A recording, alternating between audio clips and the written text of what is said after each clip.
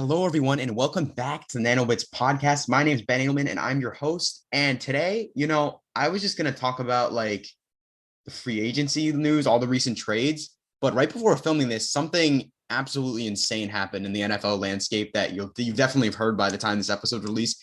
Tom Brady has come out of retirement after less than 1 month of being retired.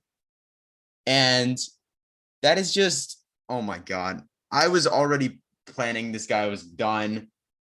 If you guys know my team is the Panthers. I wanted him gone, but he's back. We talked about him retiring a couple episodes ago, but that clearly wasn't supposed to be. That wasn't for not for a long time. But yeah, how this influences the NFL. Tom Brady, he's still a top 5 quarterback when he's playing.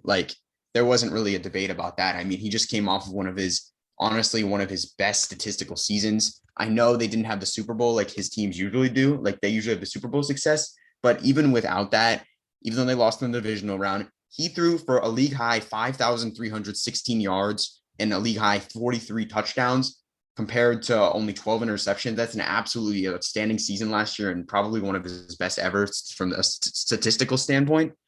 But yeah,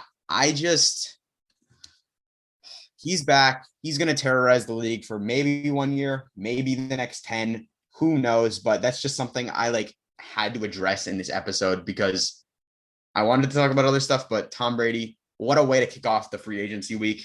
But yeah, going on what actually we're going to talk about in this episode. To begin with, I want to talk about some of the trades. As we all know, since the last time me and Ethan recorded, there was a lot of big trades that shook up the entire landscape of the NFL, including probably the most notable, Russell Wilson to the Denver Broncos. That was an absolute blockbuster trade. The Broncos finally got their superstar quarterback. I know they were going after Aaron Rodgers, but clearly they don't care which superstar quarterback they got. I know they hired Green Bay's offensive coordinator, but yeah, it's clear that the Broncos are in win now mode as the rest of that division. And to give my thoughts on who won that trade, honestly, I think I'd have to say the Broncos won that trade, honestly. They really didn't give up. I mean, they gave up a lot. They gave up a premium of assets, 2 first-round picks, a third-round pick. Noah Fant, who's a decent tight end, but he's never truly broken out. Shelby Harris, who's a great locker room guy and a good depth player, probably will see significant playing time on a weak Seahawks defensive line. And then Drew Lock, who has been absolutely terrible in his time in Denver, but now there's talks about him even being the starter next year, which is absolutely insane to me. But yeah, Broncos bring in one of the best quarterbacks in the league when healthy, definitely an elite quarterback. He's up there with those guys like Patrick Mahomes, Josh Allen. And even though he's a little older and maybe not as talented, maybe not quite as talented as those guys, you cannot underestimate Russell Wilson. He has, in years past, after the Legion of Boom kind of fell apart, you saw Richard Sherman and Cam Chancellor, Earl Thomas leave, all left. He was carrying them into the playoffs every single year, but their team has gotten so bad that he just can't do that anymore. I mean, they traded away their first-round picks for Jamal Adams, which, I mean, they suck at drafting first-round picks anyways, which is another reason why I'm not as big of a fan of this trade for the Seahawks, just because they're pretty much known for drafting terrible first-round picks and then hitting on, the later rounds, Bobby Wagner, Russell Wilson, who just got traded, Cam Chancellor. They were all later-round picks, and that's what Seattle's good at. So, I mean, obviously, it's still a good asset haul, but you got to take that into account, when you're measuring out this trade for both sides. And then Russell Wilson, he truly does take this team to the next level. I mean, you're going to have to compete in the AFC. You're going to have a quarterback on this caliber. I mean, a team for example, the Dolphins and Patriots, how do you guys expect to compete when you're playing against these demi-human superstar quarterbacks like Patrick Mahomes, Josh Allen, Lamar Jackson, Justin Herbert, Joe Burrow, and now even Russell Wilson? 3 of those guys being in the same division is absolutely insane, by the way. It's just crazy how stacked the AFC is and how not stacked the NFC is. I mean, you look in the NFC and yeah, you got Aaron Rodgers, but who's even the second best quarterback there? Is there even more than one elite quarterback in the NFC anymore? You could maybe throw Matthew Stafford into that conversation, but I personally wouldn't. Kyler Murray is not that good in my opinion, but he's still probably a top 3 quarterback in that conference at this point. I mean, Dak Prescott too. But yeah, it's so off balance between the AFC and the NFC. It's just absolutely crazy. But overall, I would say this was a win for Denver. But I mean, if Seattle was going to trade, they didn't do a terrible job. They got some good players in return. Also they got 2 second rounders, not one. I forgot to mention that. But they got a nice haul. But it's just that Russell Wilson is so good that it's honestly hard to like justify any trade. When you're trading a guy of this caliber, it's hard to justify like any trade package just because he's so good and it's almost impossible to make up for him in talent. But if you're going to trade him, it's good to get a haul like this. And another trade that happened only a couple of days later to the Broncos division rival, the Chargers, trading a 2nd and a 6th round pick for Khalil Mack. I was really shocked when I saw this. Like, I kind of expected a Russell Wilson trade. Like, I could see that. Like, Russell Wilson, he's been unhappy with the team since even last year. But Khalil Mack getting traded was something I did not expect to see this offseason, if I'm being honest. I mean, Khalil Mack, he may have had not like the greatest year last year, but you got to keep in mind, Chicago has gave up 2 first-round picks as well as I think a second-round pick in exchange for Mack and made him one of the highest defensive paid players of all time. And honestly, I don't see the reason behind trading him. I mean, he did struggle with injuries last year, but when healthy, he in my opinion is one of the most dominant defensive players in the league. I mean, this year, obviously, yeah, you want a better production. You want a better production out of Mack, but he's been a Pro Bowler for the past 3 seasons before that, and he was an All-Pro first team. His peak was really in 2018, where he completely changed the dynamic of that Bears defense. I mean, the Bears sucked, and obviously that year didn't end up people wanted it to be with the double doink and all that. But overall, Mack just like completely transformed this defense, and they really have gotten rid of all those pieces from that 2018 defense. I mean, Khalil Mack's gone now. Kyle Fuller left last offseason. Akeem Hicks is probably gone. Eddie Goldman, I think, got released the other day. So they're really like clearing house right now. Akeem Hicks, look, that's a name to look for to get traded. The Chicago Bears, I really don't know what they're going to do in this situation. Like, what do you do if you're the Chicago Bears? I mean, you don't have a first-round pick this year. You do have Justin Fields, who you traded up for in the first round last year, which I still agree that was a good move. But what do you do around him? Allen Robinson's leaving for sure. I mean, he sucked last year, so he didn't make much of an impact anyways.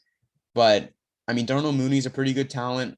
But on defense, you really just have Eddie Jackson, maybe Jalen Johnson, and that's pretty much it. Roquan's pretty good. If you guys have been watching, I love Roquan. But, yeah, like the Bears, I don't know what they're doing, honestly. I would definitely have not done this trade if I was the Bears. The Chargers side, though, this is scary. Joey Bosa and Khalil Mack, 2 players who have kind of struggled with injuries in the past, but when they're healthy, oh boy, that might be the best edge rushing duo in the league, honestly. Khalil, that is terrifying. Joey Bosa had an absolutely outstanding season last year, and now the Chargers defense is just stacked. Obviously, they still need to address. I mean, Khalil Mack does help this a little, but in my opinion, they still need to address the middle run defense in the middle of their defense, because that was a huge problem for them last year. Oh boy, but Joey Bosa, 10.5 sacks last year. First season in a while, he's been able to stay healthy. Actually, no, he stayed healthy in 2019, but yeah, coming off his 3rd straight Pro Bowl, his 4th career double-digit sack season. Pair that with a dominant edge rusher like Khalil Mack, and add in one of the best safeties in the league who's finally also been able to stay healthy, Derwin James, and you have a formation for an elite defense. I also add in Asante Samuel, who was one of the best rookie corners in the league last year. And yeah, big things for the Chargers. They just need to address that nose tackle position, because that was a real problem for them. I think they were like 27th or 28th in run defense last year. So that is a bit of an issue, but it's a great start by acquiring Khalil Mack. And at this point, this entire division is literally just like the Pro Bowl at this point. Like, you look at the superstars in this division, and this may be like the greatest division of all time if we're really thinking about it, because I mean, obviously the Raiders are the one team out, but even then, people are already going to forget that they made the playoffs last year with a bunch of bad stuff happening to them, like the Henry Ruggs situation, the DeMar Nanette situation, and they still were able to make the playoffs, which is actually, I got to give props to them for that. But I personally didn't like their head coaching hire of former Patriots offensive coordinator Josh McDaniels. So I don't think they're going to be back. I'm just going to say it. They're not going to be back. Add in the fact that the Broncos have Russell Wilson now, and the Chargers just got a lot better with Khalil Mack. And the Chiefs, come on. They have Patrick Mahomes, Tyreek Hill, Travis Kelce. They don't need to do shit, and they'll be fine. It's that simple. They didn't need to do anything. The other teams are trying to catch up to them. They're the leader still. I still think they're the leader even after this. People could say the Broncos are better now. What has Russell Wilson done in the second half of the year, like ever? He always stutters after like the first 8 games. And although I think they will be a playoff team, I don't see them make it. I don't see them being a Super Bowl team. I don't even see them making to the Super Bowl. I do not see them getting past the Chiefs or even the Chargers, honestly. I think Justin Herbert at this point in their careers, probably a better quarterback than Russell Wilson. It's very close, and you can honestly say either way, but I would personally take Herbert. And then even outside of that division, you got guys like Joe Burrow, Lamar Jackson, Josh Allen. I really don't think the Broncos team, aside from Wilson, people like to talk about their defense and stuff, but their defense isn't on the level of like some of the other elite defenses, like the Pittsburgh Steelers. Who else? Bills are up there. They're really not like on that level though. Like, I don't know how to describe it. Russell Wilson will make this team a playoff team. They will make the playoffs next year. I don't think they're going to win their division either, but they're going to make the playoffs as a wild card team next year. And they're probably going to lose in one of the first 2 games. I don't think they're going to make the conference championship, honestly. I mean, it's obviously a possibility, but I honestly don't see it happening just because of how loaded the AFC is. Like, if this was the NFC, like the Broncos would be like a truly contender. Like, they'd probably be the second or first best team in the conference, but it's so lopsided right now. It's absolutely insane. Another trade I just wanted to mention real quick is Carson Wentz to the Washington Commanders. Yes, I said that, the Commanders, not the Washington football team, not the Washington Redskins. The Washington Commanders traded a pair of third-round picks in exchange for Carson Wentz. What are you doing, Washington? Seriously. Like, are you just trying to, like, hoping that, like, since he plays his, like, former team, like, twice a year, like, he's going to get, like, revenge on them or something? Like, seriously. What are you expecting with him? Is he really even that much better than someone like Taylor Heineke? Obviously, he's better, but is he really that much better? And wouldn't it make more sense to pursue someone else, such as Russell Wilson? I know they actually were pursuing Russell Wilson, but I think Russell Wilson declined his no trade clause for them, which makes a little bit of sense when you look at the ownership of the team and how it's been run the past few years. Definitely not an organization I'd want to play for if I was a superstar quarterback in the league. I mean, Dan Snyder, one of the worst owners in the league. So many scandals going on there right now, and they're not even that much. They're not even that much talented of a team. I mean, their defense took a big step back last year. Chase Young, I'm not a huge fan of him, if I'm going to be honest. I think that me and Ethan have said this like numerous times in the past, but Jeremy Chin was robbed last year of his rookie, or 2 years ago now, of his rookie of the year. And Chase Young just really didn't put up any production this year. I mean, I know he got injured, but he had like 1 sack. I don't even know if he had that. But just not like a good season for Chase Young even before the injury. And the rest of the defense I don't think Carson Wentz is the missing piece. I think that the missing piece was a true superstar, not even a superstar, maybe just like a star quarterback. But Carson Wentz is definitely not that. And the fact that they're spending all that money to get Carson Wentz, because they're taking on the full 100% of his contract, that gives Indianapolis a lot of cap flexibility, which is why I really like this trade for Carson Wentz. You trade a first-round pick for him last year. You own up to your mistake, get at least a little bit back in return with the 2/3, and you save a lot of money. I like that they admitted their mistake, and now this will give them time to I don't know who they're going to get a quarterback, honestly. Now that I think about it, I mean, there was talks today about literally them getting Marcus Mariota, which I would love. I'm a big Marcus Mariota fan. But is that really the best option for them? Like, that's a downgrade from Carson Wentz, even though I like him. I'll admit that that's a downgrade.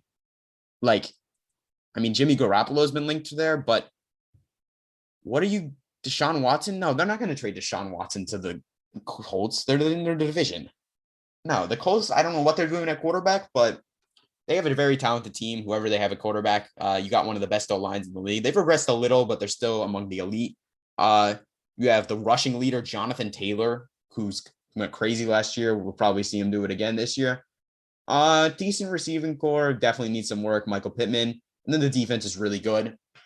But yeah, speaking of Deshaun Watson, we just got to talk about that for a second.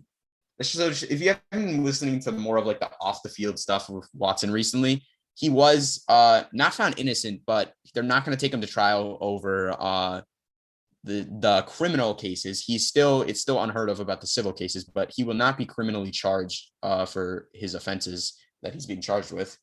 But that really opens up the door for the true Deshaun Watson trades. You look at a lot of teams that are eyeing him. I mean, it's said today that two main teams that have already made aggressive offers for him are the Panthers and Saints.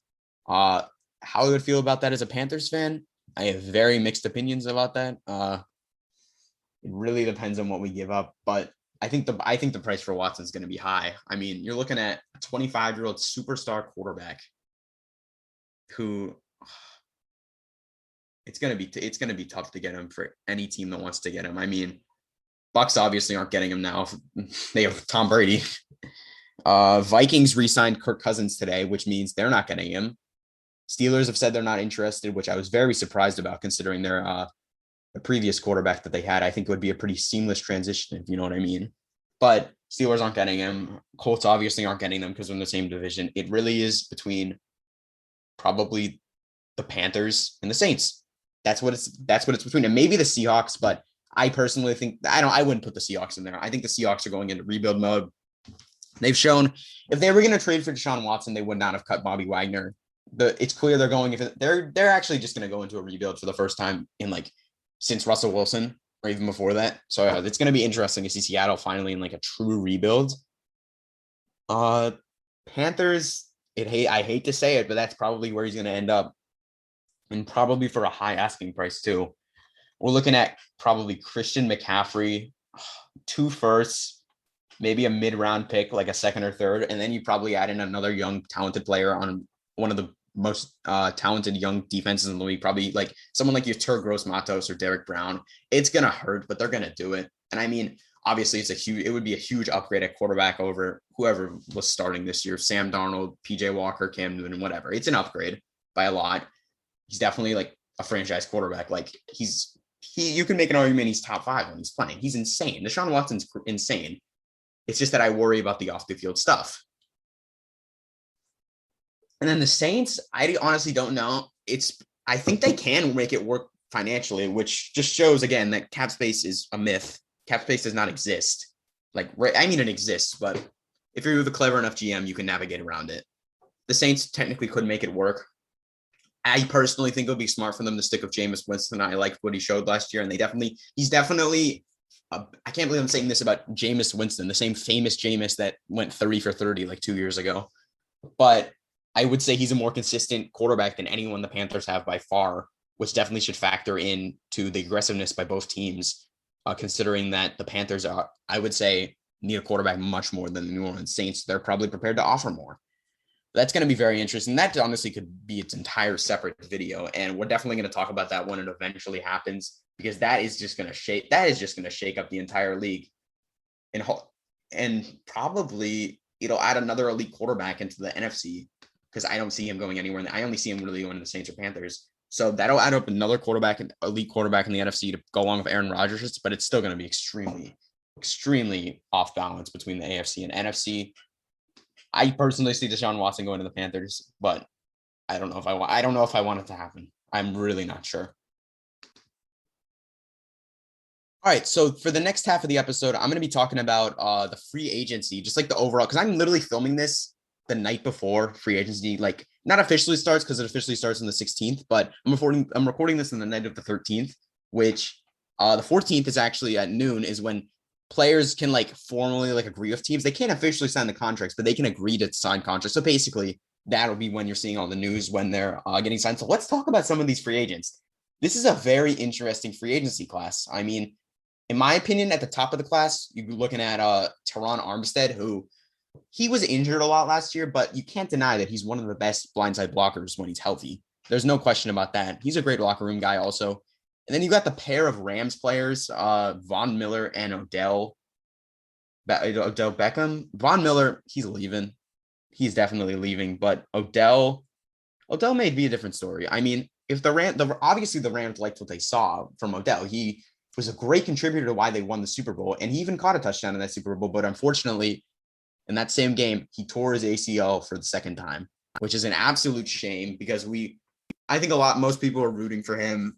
I mean, who wouldn't, I guess, but it's really a shame to see him do that after really having a bounce back season. All the drama of Baker Mayfield, his dad, everything about that. He came back from all of that got released and signed with the Los Angeles Rams, was amazing there.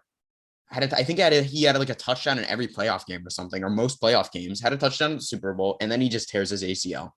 But at least we can say that Odell Beckham is a Super Bowl champion, though. So that's at least a positive for it. But I honestly think the Rams will re-sign him. Actually, will they? It would be smart. It would be smart for the Rams to re-sign him. I don't know if they are because they have a lot of people to pay, but it would be smart for the Rams to re-sign them just to try to keep together what they had, like from winning the Super Bowl. I do think it would be a good decision by the Los Angeles Rams to re-sign him. Another free agent who I think maybe even be the second best player, and maybe even first, honestly, if you look at it, depending on how you value positions, is defensive back J.C. Jackson, who has really just blossomed into an absolute superstar in the New England Patriots. But we all know Bill Belichick. He doesn't pay for these players. He lets them walk, and he'll replace J.C. Jackson with some unknown like 5th round pick in a couple of years. Just give him some time. But yeah, J.C. Jackson, I wasn't a big fan of his 2021 season. But oh no, not 2021 season. I wasn't a big fan of his 2020 season. Sorry about that. I didn't think he was that good. I mean, he had some interceptions, but I thought they were all like kind of like, not like real interceptions, just kind of off tips. But this year, he really proved me wrong because not only he had one less interception this year, he had 8 compared to his 9, but he also had a touchdown. But his other stats are what truly speaks to me this year because I mean, in 2020. He wasn't that good in coverage. Like, let's be honest. He allowed a 59% completion rate with a rating of 66.5. He has absolutely stepped up this year. He has only allowed a 49.1 rating with a 47 rating. That is absolutely insane. And he allowed 600 yards, which isn't amazing for a corner, but it's still good. Definitely a big step up from 2020. And I think this guy could get some big money. Where do I want to see him go, though?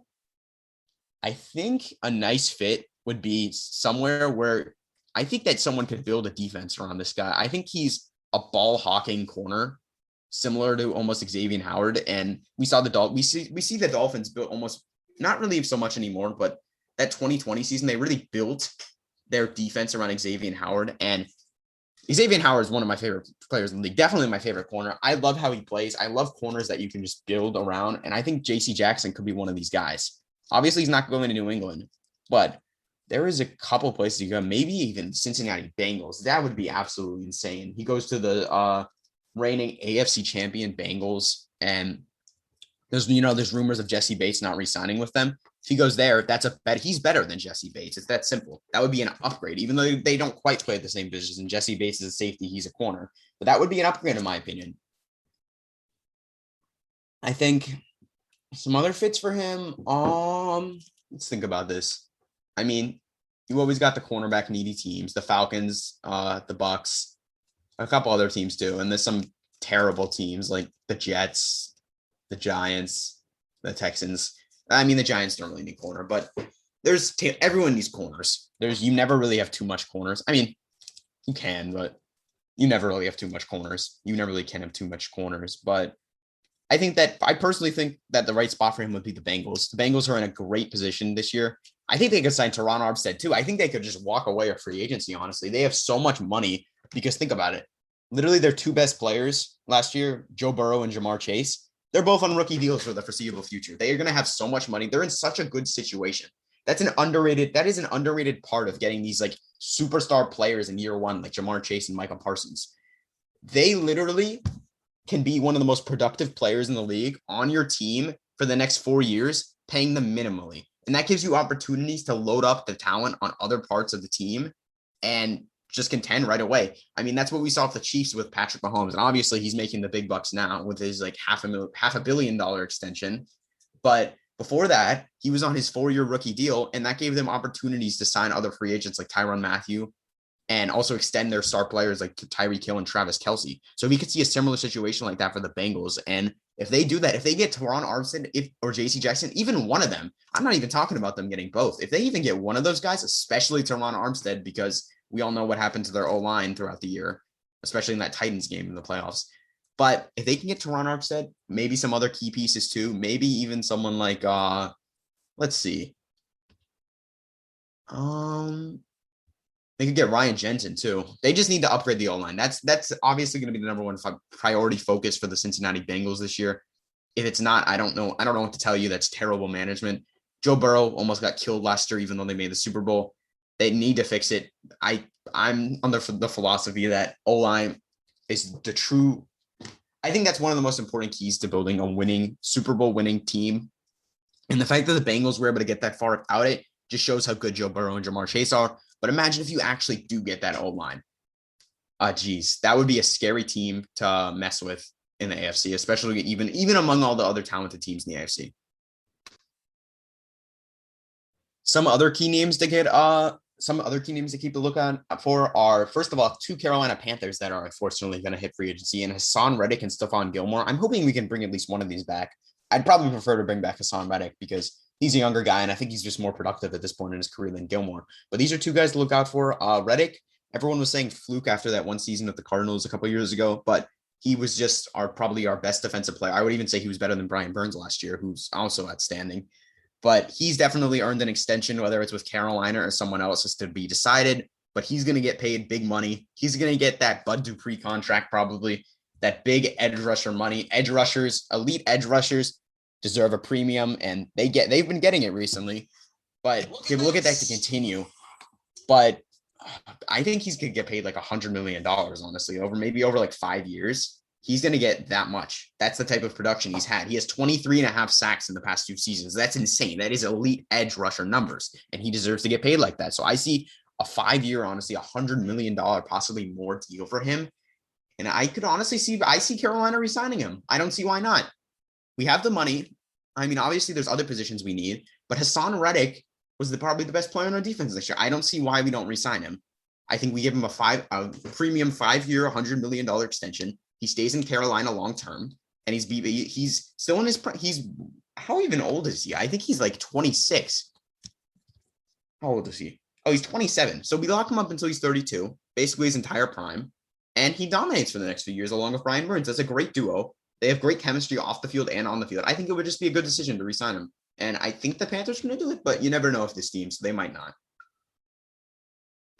Staphon Gilmer, on the other hand, I don't think we re-sign him. I mean, we gave up a 6th-round pick to acquire him from New England. If we don't re-sign, it's not like we have so much like draft capital invested into this guy. He was good. He was decent in his time with us. Definitely made a positive impact. He had a couple interceptions. He was a good player with us. Mentored some of the younger players a little. But I think at corner, we're just a little too saturated a bit. I mean, we have very young players at corner. I mean, you look at J.C. Horn, the 1st-round pick from last year, who was playing very good in his first few games, but unfortunately was injured for most of the year. CJ Henderson, who was not very good last year, but definitely has potential. He wasn't that good last year. He has potential though. Dante Jackson is a free agent also, but I don't think we're re-signing Dante Jackson. I think we're going to stick with Henderson and probably Henderson, Troy Pride, and Horn. I think that would be the smart move. But yeah, moving on to Panthers, because I don't think anyone wants to hear me talk about this anymore. I'm going to be honest. Let's talk about some other free agents. Someone I didn't want to mention is Cordell Patterson. I think that he's going to go back to Atlanta. I don't see why he wouldn't. He should go back to Atlanta. They know how to use him. Teams don't know how to use him. Atlanta does. Simple. Go back there. And then some other players, obviously with Brady returning today, the question is going to be on Rob Gronkowski. I think that why wouldn't he return to the Tampa Bay Bucks, honestly? Like, if Tom Brady, I know he was talking about going to like the Bengals or something, but I think that all changes when Tom Brady comes back. He wants to play with his boy, Tom Brady. He's coming back to Tampa. I can almost guarantee that, honestly. Another guy that's an elite edge, similar to Hassan Reddick, but a lot older, it's Chandler Jones, who at the age of 32 is a free agent, I think, for the first time ever, honestly. I think he's been in the Cardinals his whole career. but I don't think the Cardinals are going to re-sign him. I don't think it would make sense. They have a very young, deep front seven. I've talked about this in the past, how I don't even know if their defense is that good, but I just really like respect their defense because I like how it's run. They run a very rotational defense with a lot of subs coming in and out every play. I like that style of defense, and they probably have the deepest defense in the league, and they're nowhere near the best, but I think they have one of the deepest defenses in the league. They honestly just have like starter caliber players, even in the second and third string in their team. And I think they could afford to lose someone like Chandler Jones, who had like 5 sacks in the first game last year and did not do anything the rest of the year. It's that simple. I see him going to a contender. I could definitely see someone somewhere like Baltimore, pair him up with Patrick Queen and maybe Calais Campbell. That's a pretty good line. There's always going to be the Chiefs talks in there for every major free agent, but I personally see him going to Baltimore. Then there's these pair of safeties that is really interesting. You got Marcus Williams on the Saints, and then you got Tyron Matthew on the Chiefs. And I don't think both of these players are staying in their respective teams for very different reasons. Marcus Williams, it really just comes down to the Saints have no money at all. They're absolutely broke. I don't know how there's talks about him getting Deshaun Watson, but clearly it works out because I don't know how salary cap is a myth, like I said earlier. But there's not going to resign Marcus Williams. Where do I see him going? Marcus Williams, he's been a talented player. He's never been in like that elite safety conversation, but he's a talented player. I could see him going to a variety of places. I do not see him re-signing with the Saints though. And then Tyron Matthew, who I believe has been elite. He has been an elite player for some years, maybe not last year, but he has been an elite player in previous years.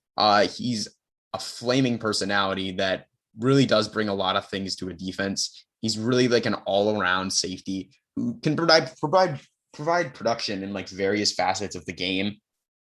But he recently posted something on his Twitter, very cryptic tweets about the Chiefs. He's not staying in the Chiefs.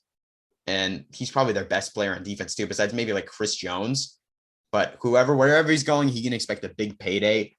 You could even see him going to the Bengals. I know I talked about that earlier with JC Jackson, but they could opt for Tyron Matthew instead and just seamlessly replace or even upgrade Jesse Bates, which would be absolutely great.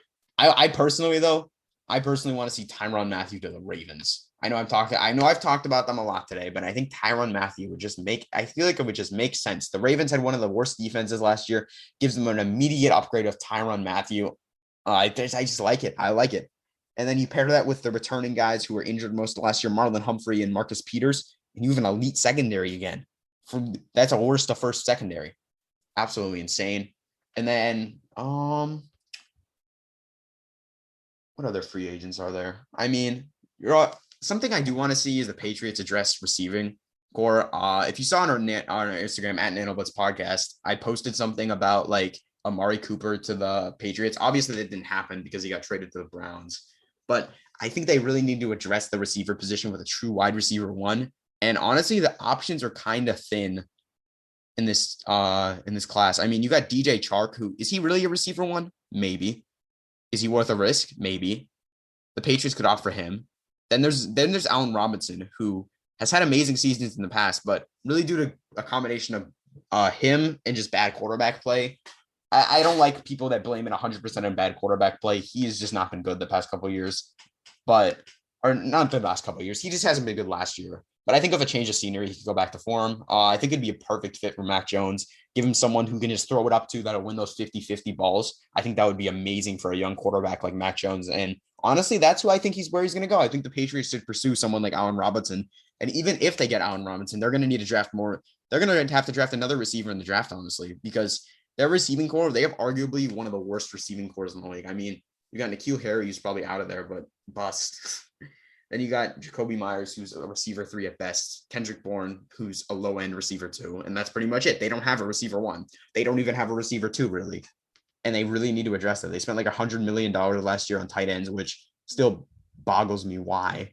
But I think they're going to address it to Allen Robinson, and I think that's going to be a good move all around for Allen Robinson and the Patriots, honestly, because Allen Robinson will get a change of scenery. I think he could honestly go back to being a 1,000-yard receiver with them. And then Mac Jones, as well as the New England Patriots, get a receiver, a true reliable possession receiver one that's great in the red zone, will helps out a really young quarterback a lot. I just really like that move from a team management standpoint. But other than that, Bobby Wagner, if you didn't see our Instagram, I posted something about I wanted to go to the Broncos. It just makes sense. They need an inside linebacker. Russell Wilson just left to go there. And I think Bobby Wagner, it just makes sense for them to be reunited again. Why not? They never had any beef or anything. Just let it happen. So yeah, I think that pretty much wraps up all the stuff I was going to talk about for free agency. I mean, there's no one else I really want to talk about. There's a couple guys here and there. Devondre Campbell, an interesting name. Brandon Sheriff, who could be a great addition to any team, honestly. Any of these interior alignments, always good to get. Carlton Davis is solid. Queandre Diggs could be good on a team. But yeah, I pretty much wrapped up all the guys like I wanted to talk about in depth. So yeah, I hope you guys enjoyed this episode. It sucks that Ethan wasn't able to go on, but I still wanted to give you guys this content before free agency started. It's literally tomorrow. So I wanted to film you guys. I wanted to hear you guys to hear some of my takes, some of my hot takes. But yeah, make sure to follow our Instagram at NanoBlitz Podcast. We're gonna probably be posting some more free agency content as it comes out. As signings happen, we'll post some stuff about it and some other stuff. Draft season's coming up. That's gonna be crazy on the NanoBlitz. But yeah, thank you guys for watching. Hope you enjoyed. Even if you didn't enjoy it as much when Ethan's here, hopefully you still enjoyed the episode, and he will be returning next episode. Thank you guys for watching, and see you guys next time.